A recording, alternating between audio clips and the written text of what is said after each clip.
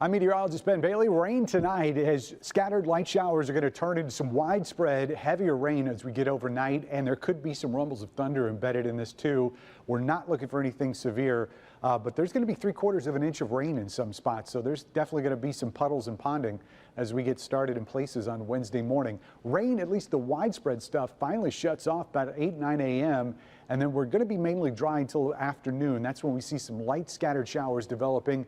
And as temperatures fall, because we're going to see our high temperature right at noon, some of that becomes a few flurries as we get into the second half of the day, but there's not going to be a whole lot of moisture left once we get past that widespread rain in the morning. Lows tonight, 45, and yes, there are going to be some rumbles out there. Winds are going to start out light, but by the time we wake up tomorrow morning, we're going to be seeing gusts 35 to 40 miles an hour, and they could be as high as 50 miles per hour in the afternoon. High temperatures mid-50s, and again, that's going to be right at the noon hour, and then those numbers are going to start falling as we get into the second half of the day.